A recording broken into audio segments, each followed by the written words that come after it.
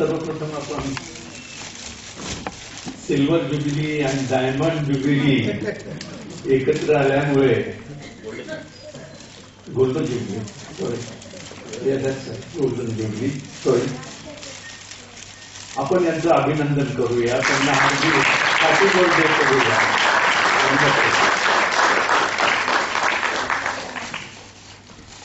माझे मित्र सुनील महाजन, माझा शिष्य कोपीकर आणि आमचे मित्र प्रकाश पायगुडे, तसेच सर्व उपस्थित बंधू भगिनींनो, आमंत्रित मंडळी आणि खेळाडू मुलींनो, आज खरोखर अतिशय मला आनंद होत आहे की तुमचा सत्कार आज माझ्या हस्ते होत आहे आणि पुढचे खेळाडू जे भारताचं नाव उज्ज्वल करणार आहेत असे तुम्ही खेळाडू आज येथे बसलेला पाहून मला अतिशय आनंद होत आहे. आणि ज्या ज्या क्षेत्रात तुम्ही पराक्रम केलेले आहे,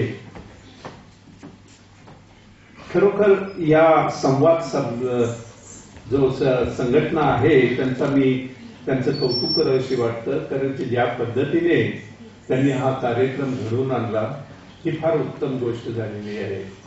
आणि मला थोडं आश्चर्य वाटलं की अखिल भारतीय नाट्य संमेलनच्या मित्रांना वेळ कसा मिळाला, कारण सध्या काय चाललेले तुम्हाला माहित आहे या दोघांमध्ये. आणि त्यांनी तशी निवडणूक जिंकलेली आहे स्वतः त्यांनी, परंतु अजून पुढे कसा रिझल्ट लागेल काही समजत नाही, माहित नाही. परंतु आपण त्यांना शुभेच्छा देऊया. आणि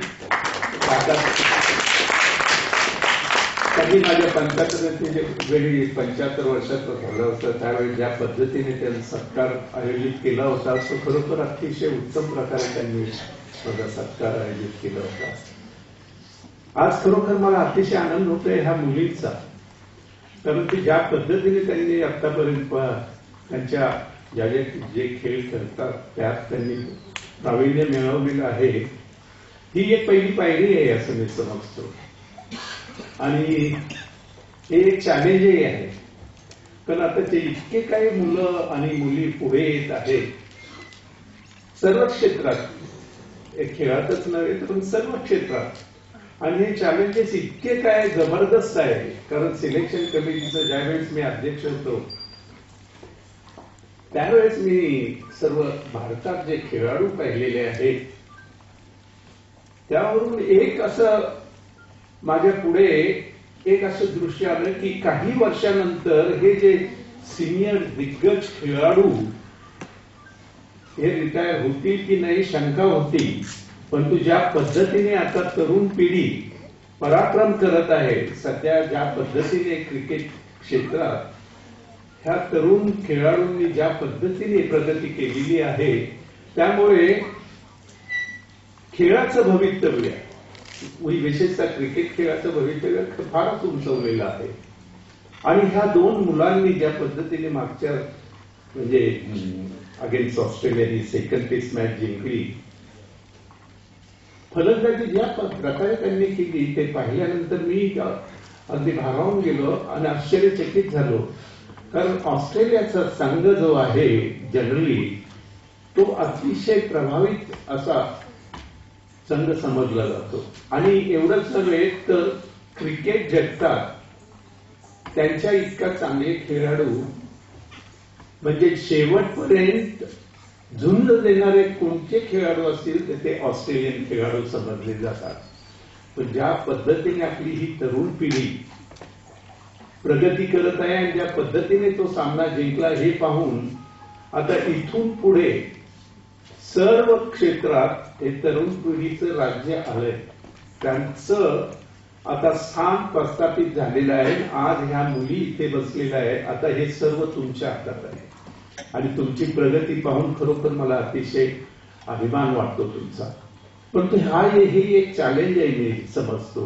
परवा मी टेलिव्हिजनवर लेडीज क्रिकेट मॅचेस बघितल्या, ज्या पद्धतीने त्या इतर देशातील मुली खेळल्या मला आश्चर्य वाटलं. काही काही मुलांच्या सारखे ते खेळत होत्या, म्हणजे त्यांना देखील मागे टाकणार असं काही अशा प्रकारची ती बॉलिंग आणि बॅटिंग आणि फिल्डिंग पाहिल्यानंतर खरोखर मला आश्चर्य वाटलं त्यांचं.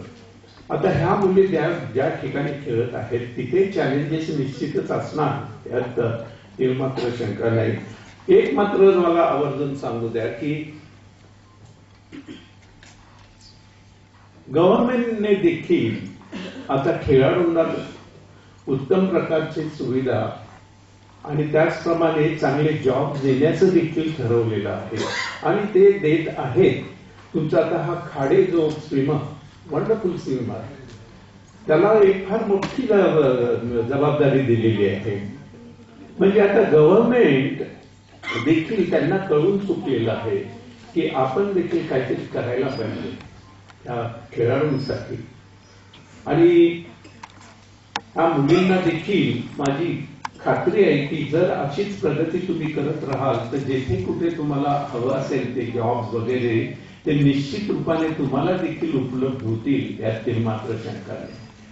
परंतु एक मात्र तुम्हाला सांगू द्या की ज्या ज्या वेळेस आपण कुठल्याही संस्थेत जातो किंवा काम करतो किंवा काही करत असतो तर एक मात्र तिथे सिन्सिअरिटी आणि लॉयल्टी हा फार मोठा प्रश्न आहे. अलीकडे काय झालंय की चेंजेस बरेचसे होत राहिले, लॉयल्टी हा प्रकार नाहीसा होत राहिलेला आहे. पूर्वी आमच्या वेळेस असं असायचं की कुठे एकदा नोकरी लागली की तिथे थांबायचं आणि तिथून बढती घेत राहायचं. पण आता तसं नाही की आता हे बरेचसे खेळाडू मी बघितलेले आहेत की त्यांना ज्यावेळेस कुठल्या बँकेत किंवा कुठल्या चांगल्या गव्हर्नमेंट जॉब मिळतात, पण परफॉर्मन्स झाल्यानंतर ते तेथून चेंज करत राहतात. तर लॉयल्टी हा प्रकार नाही चालतो. एक मात्र विसरू नका की तुमच्या नंतर दुसरे जे खेळाडू येतील त्यांना मग नोकऱ्या मिळणं फार अवघड होईल. कारण तुम्ही जर लॉयल राहिला नाही तर त्या तुमचे जे तुमच्या नंतरचे येणारे जे खेळाडू आहेत त्यांना अतिशय प्रॉब्लेमॅटिक होणार आहे. तेव्हा हे लक्षात ठेवा. याचा अर्थ असा नव्हे की जर तुम्हाला चांगली संधी मिळत असेल तर तुम्ही तिथेच थांबून राहावं. कारण ज्या वेळेस तुम्ही कुठून त्या जिथे जिथे तुम्ही नोकरी करत असाल त्या लोकांना जर तुम्ही विश्वासात घेतलं तर निश्चित रूपाने तुम्ही तुमच्या एक इमेज उत्तम प्रकारची ठेवू शकाल आणि दुसऱ्या खेळाडूंना देखील त्याचा फायदा होईल. ते हे मात्र लक्षात ठेवा. तुमच्यावर ही एक फार मोठी जबाबदारी आहे. तुमच्या खेळात आता चॅलेंजेस मी म्हणालो आहे की पुष्कळ चॅलेंजेस आहेत, परंतु जे डेडिकेशन आणि एक प्रकारची जिद्द जी हवी असते ती असं तुमच्या ठिकाणी राहणं हे फार महत्वाचं आहे. उदाहरणच द्यायचं झालं तर सर्वांना माहीतच आहे, आपण वाचलंही असणार की सचिन किती डेडिकेटेड आहे, किती तो कितीतरी लोकांना तो त्याच्या प्रेझेन्समुळे इन्स्पिरेशन मिळत असतं. आणि ज्या पद्धतीने तो मैदानावर येतो आणि मेहनत करतो, तुम्हाला आश्चर्य वाटेल. 1989 साली मी मॅनेजर म्हणून इंडियन टीमचा पाकिस्तानमध्ये गेलो होतो. त्यावेळेस तो 16 वर्षाचा होता, 16.5 वर्षाचा होता. पहिला जर कोण ग्राउंडवर जात असेल प्रॅक्टिस करताना तो सचिन, आणि शेवटचा कोण असेल तर तो सचिन. म्हणजे मैदानावर तो गेल्यानंतर त्याला बाहेर येऊशीच वाटत नाही, त्याला तिथेच राहूशी वाटत काहीतरी. तो नेहमी मी पाहिलं त्या सबन टूर मध्ये तो एके ठिकाणी कधी थांबत नसायचा. फिल्डिंग करेल, कॅचिंग घेईल, बॉलिंग करेल, बॅटिंग करेल. आता तो 16.5चा होता म्हणून त्याला शेवटी बॅटिंग द्यावी लागत होती, तेव्हा त्याचं काही इस्टॅब्लिश झाला नव्हता, पण तरी देखील कधी मिळते मला बॅटिंग असं त्याला वाटत होतं. आणि नंतर बाहेर यायला तयार नसायचा. तेव्हा ग्राउंड्समन आणि ग्राउंड स्टाफ माझ्याकडे यायचे आणि ते सांगायचे, सर तुमच्या त्या प्लेयरला बोलवा, कारण आम्हाला ग्राउंड तयार करायचं, बॅटिंग तयार, विकेट तयार करायचं. हे जे डेडिकेशन हे फार महत्वाचं आहे. अहो हा ते खुली. ओके, काय झालं की सियालकोटला आमची मॅच होती आणि सियालकोटला असं 5 स्टार हॉटेल वगैरे काही नाहीये. तिथे असे छोटे छोटे बंगले असतात. तिथे आणि बिल्डिंग आहे छोट्या, म्हणजे 2 मजली 3 मजली, परंतु मोठे असे हॉटेल्स नाही. ते एका बिल्डिंग मध्ये आमच्या टीमला ठेवलं होतं. आणि त्यावेळेस आपलं आणि पाकिस्तानचं जरा रिलेशनशिप तशी एवढी काही म्हणावी तशी चांगली नव्हती. पण तेव्हा जबाबदारी म्हणून मी मॅनेजर होतो तेव्हा ग्राउंड फ्लोअरचं रूम मी घेतलं मुद्दाम, कारण हे मुलांना बाहेर मी सोडत नसायचो कधी. 10 वाजले की त्यांनी बेडमध्ये असायलाच पाहिजे. तर साधारण 10:30 पावणे 11 वाजता, आणि प्रत्येकाला एक एकच रूम मिळाली, छोटी छोटी, लाईक ए कॉफी म्हणतात त्याप्रमाणे छोटी. तर 11 वाजता असा माझ्यावरती सचिन होता, त्याच्यावरती कपिल देव, नंतर श्रीकांत वगैरे बरेचसे खेळाडू. तर माझा जो आवाज आला ठप ठप ठप, तर मी जरा दिसतलो काय झालं म्हणून मी वरती गेलो ताबडतोब. तर तिथे सचिन असं छोटाच आरसा होता, त्याच्या पुढे आपली बॅट धरून खेळत होता रात्री 11 वाजता. मी म्हटलं सचिन, अरे बाबा उद्या मॅच आहे, हे काय करतोयस तू? सर मी काय करू, मला झोप येत नाही, कारण मी एकटा कधी झोपलो नाही, मला भीती वाटते. पण दुसऱ्या दिवशी त्यांनी बॉलरची भीती त्यांना पळवलं अगदी मैदानावर. असा हा सचिन. हे उदाहरण मी का देतो की तुमचं डेडिकेशन असणं फार महत्वाचं आहे. तुम्हाला ह्या क्षेत्रात पुढे जायचं असेल तर तुमचं एक कॉन्सन्ट्रेशन आणि डेडिकेशन फार महत्वाचं आहे. दुसरी महत्वाची, जो खेळ तुम्ही खेळता तुमच्या मूळ जे ओरिजिनॅलिटी असते ती कंटिन्यू करा. कारण आता आमच्या खेळात म्हणजे क्रिकेटमध्ये हे सर्व खेळाडू जे आहेत प्रत्येकाची स्टाईल निराळी आहे, प्रत्येकाचं खेळणं निराळ आहे. धोनी हेलिकॉप्टर शॉट आम्ही कधी ऐकला नव्हता, आता हेलिकॉप्टर काय शॉट, पण ज्या पद्धतीने तो मारतो ती त्याची टेक्निक आहे. पण त्यांनी ती कंटिन्यू केलेली आहे, त्याच्यात फरक केलेला नाही. सचिनची टेक्निक निराळी, द्रविडची निराळी, आता सेहवागची निराळी होती. बऱ्याचशा ह्या सर्व खेळाडूंची टेक्निक निराळी आहे. ओरिजिनॅलिटी जी आहे ना ती कंटिन्यू करा. आणि एकच करा की ज्या ज्या वेळेस कुठलीही चूक करता तुम्ही ती दुरुस्त करण्याचा प्रयत्न करा. आणि 2007 मध्ये परत सचिन वगैरे हे सर्व होत होतं. आम्ही स्कॉटलंड मध्ये मॅच खेळत होतो अगेन्स्ट साऊथ आफ्रिका. तर त्यावेळेस 9 रनवर जो आउट झाला सचिन, तर मी मॅनेजर म्हणूनच गेलो होतो. तर मी त्याला म्हणालो की सचिन आल्यानंतर की जो तो चेंडू तो मिडल स्टंपवर पडतो तो लेगला मारू नको, कारण तुझी बॅट अशी क्रॉस होते आणि बॉल निघून जातो. त्यामुळे दुसऱ्या दिवशी आम्ही नेटमध्ये गेलो, अर्धा तास मी फक्त त्याचं टाकत होतो हाताने, असा चेंडू जवळूनच होतो आणि तो सरळ बॅटने खेळत होतो. ह्या वयात देखील, आता तो जवळजवळ 34 वर्षाचा आहे, आता देखील तो आपली चूक सुधारतो. ही फार महत्वाची गोष्ट आहे. आता तुम्ही जे मॅचेस वगैरे खेळत असतात तुमच्या चुका होणारच, खेळल्यानंतरच चुका होतात, बसून काही चुका होत नाही. तेव्हा ह्या चुका कशा सुधारायच्या याला फार महत्व आहे. आणि त्या चुका परत करायच्या नाही हे देखील महत्वाचं आहे. आता तू हे खेळत आहे, गोल्फ खेळतेस, ते गोल्फ देखील इतका डिफिकल्ट आहे. मी एकदा मारण्याचा प्रयत्न केला सरळ, पण कधी सरळ जातच नाही तो चेंडू. तो इकडे तिकडे कुठे जातो काही समजत नाही. तर त्याला इतकं काय कॉन्सन्ट्रेशन लागतं, डेडिकेशन लागतं. आणि ज्या पद्धतीने हे प्रोफेशनल लोक हे गोल्फ खेळतात त्यांचं कौतुक खरंच करूशी वाटतं. तेव्हा हे कशा पद्धतीने तुम्ही खेळायला हवं, आणि सुरुवातीला मी जे सांगितलं तुम्हाला ओरिजिनॅलिटी, त्याच्यात कशा प्रकारे तुम्ही प्रगती करावी याला जास्त महत्वाचे आहे. आणि निश्चित रूपाने तुम्हाला त्यात यश प्राप्त होईल.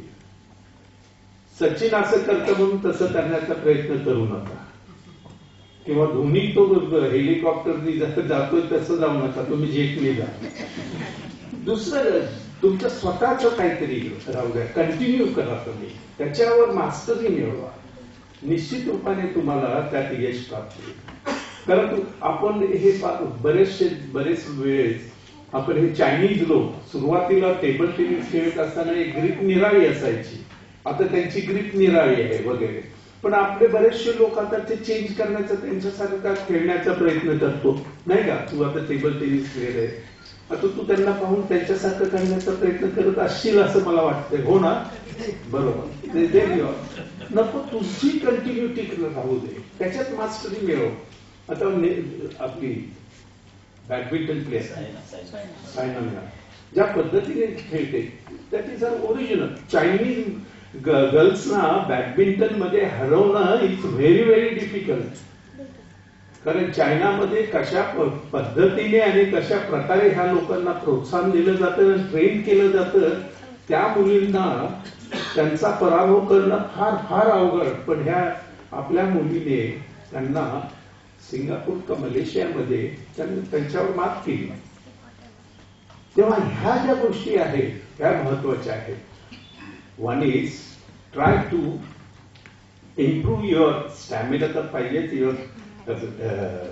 One thing is your agility, that is very important. You have to be 100% fit. कारण फिटनेस लेवल आता इतकं काय वाढलेलं आहे, हे वन डे क्रिकेटमुळे ते इतकं काय फिटनेस लेवल वाढलंय ते पाहिल्यानंतर. आणि ज्या पद्धतीने ते करतात हे खेळाडू, ते पाहिल्यानंतर जर ते कंटिन्यू केलं तर ते कितीतरी वर्ष अजून खेळत राहतील. इतकी फिटनेस लेवल आता त्यांची आहे. तुम्ही बघा वन डे मध्ये कसे झोकून देतात आणि बॉल अडवतात, आणि ज्या पद्धतीने ते आता खेळतात बॅटिंग वगैरे. आणि सुविधा इतक्या काय आता वाढलेल्या आहेत, त्या सुविधाचा देखील ज्या पद्धतीने ह्या बॅट्स बॉल सर्व जे प्रकार आहे इतक्या काय चेंजेस झालेले आहेत. पूर्वी सिक्सर मारणं फार अवघड असायचं, अतिशय डिफिकल्ट असेल. आता कोणी येते सिक्सर मारते, तुम्ही फटाफट सिक्सर मारतात. लेडीज देखील मारतात sixer. I was surprise really because of the bats. Those bats are beautiful bats आणि त्यांचं इतकं काही बॅलन्स वगैरे सुरेख आहे. तुम्ही जरा टायमिंग बरोबर व्यवस्थित दिलं तर सिक्स जाते. तेव्हा ह्या ज्या गोष्टी आहेत ह्या फार महत्वाच्या आहेत. फक्त your originality must be there. You should keep your self 100% fit and sacrifice is also there. आम्हाला प्रोफेसर देवधर नेहमी म्हणायचे की आदल्या दिवशी लवकर झोपी जा, जास्त खाऊ नको रात्रीच्या वेळेस, आणि लवकर झोपायचं, लवकर उठायचं आणि मैदानावर. Professor Deodhar at the age of 44 century मारली हो त्यांनी. ऍट द एज ऑफ 44 म्हणजे व्हॉट फॅन्टॅस्टिक थिंग. कर्नल सिके नायडू माझी पहिली रणजी ट्रॉफी मॅच, आणि त्यांचं आम्ही रेगेनच्या नेतृत्वाखाली इंदोरला गेलो होतो. सेमीफायनलला आम्ही आलो होतो. कर्नल सिके नायडू आमच्या विरुद्ध खेळले. त्यांचं वय 60 होतं. The age of 60 and he score 60 runs against. आणि इतके आणि असे येऊन उभा राहायचे समोर. कधी कधी आता एक टॅक्टिक्स जे असतात, प्रेशर जे करतात, तेव्हा एकदा असं सिली मिडॉफला माथे खेळत होते. त्यांचे त्यावेळेस माथे म्हणून होते. तर असा जोरात मारला, त्यांच्या पायाला लागला. ऍट द एज ऑफ 60 हात लावला नाही, काही नाही, चलो खेळ. आता जरा काय झालं की पॅव्हिलियन मध्ये, जरा काय झालं की येतात 5-5 मिनिटाला पाणी पिताय. हा कुठला करताय? 1-1 तासानंतर आम्ही पाणी प्यायचं. पण आता काय की नवीन टेक्निक आहे, सर्व नवीन बदलत आहे. त्यामुळे काय झालेलं आहे की ह्या टेक्निकला देखील तुम्ही कसा प्रतिसाद देता यालाही महत्व आहे. तुम्ही फिटनेस 1 तासानंतर, खरं म्हणजे 1 तासानंतर पाणी दिल्यानंतर ठीक असतं, परंतु आता म्हणजे 5-5 मिनिटाला देखील हे कधी आश्चर्य वाटतं. आणि त्यामुळे काय म्हणतात की त्याचं वॉटर लेवल जर ठेवलं असेल, एक पर्टिक्युलर लेवलला वॉटर लेवल ठेवली तर तुमचं कॉन्सन्ट्रेशन परफॉर्मन्स चांगला राहतो. आता आमच्या वेळेस तसं काय, प्रोफेसर देवधरांच्या वेळेस असं काही नसायचं, कर्नल सिके नाही तुमच्या वेळेस असं. परंतु आता नवीन टेक्निक आहे, ठीक आहे. जर त्याचा फायदा होत असेल तर आय एम फॉर इट, तसं काही नाही. तेव्हा मला आवर्जून तुम्हाला सांगू द्या मुलींनो की तुम्ही जे जे काय करतात त्यात एक मात्र काय, ज्या काही चुका असतील त्या सुधारण्याचा प्रयत्न करा. Your dedication and keep it to your game. Try to improve that and that will help you to go ahead. I am sure you will do well. कारण ज्या पद्धतीने तुमची प्रगती होते. आणि द लेडीज आता त्यांचं म्हणजे एकंदर मी पाहिलेलं आहे की ना 50% झालंय ना त्यांचं, काहीतरी असं ऐकतो गव्हर्नमेंटने केलं त्यांचं 50%. You are stronger than men now. People are worried now. The boys are also worried. So take care of yourself. Thank you very much. Thank you.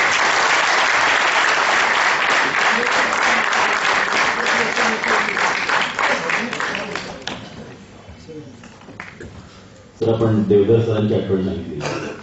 वयाच्या 44व्या वर्षी देवधर सरांनी सगळ्या रणजी ट्रॉफीमध्ये सेंचुरी मारली आणि पुढच्या मॅचेस सुद्धा मारली होते, म्हणजे दिलीप ट्रॉफी वगैरे. तर गंमत अशी की त्यांना त्यावेळी इंडियाच्या टीममध्ये घेतलं नाही. त्याचं कारण त्यांचं वय सांगितलं गेलं. पण त्या वयात सगळ्या सेंचुरीज त्यांनी त्या सगळ्या टुर्नामेंटमध्ये मारलेल्या होत्या. असे सरांकडे खूप आठवणी आहेत. किती वेळ बोलतील तितक्या आठवणी त्यांच्याकडे सांगता येतील, भरपूर आठवणी आहेत. यानंतर कार्यक्रमाच्या पुढच्या टप्प्याकडे जाऊया. हा कार्यक्रम संपल्यानंतर या ठिकाणी स्त्री भ्रूण हत्येवर आधारित एक कार्यक्रम आहे. योगेश सोमण लिखित एक नाटक आहे, स्त्री सुक्त. काळ्या बाळीची कथा या नाटकाचा दीर्घांक या ठिकाणी सादर होणार आहे आणि त्याच्या प्रमुख सूत्रधार या रश्मी देव आहे. त्यांना मी इकडे आमंत्रित करतो आणि त्यांचा सरांच्या हस्ते आपण सत्कार करूया.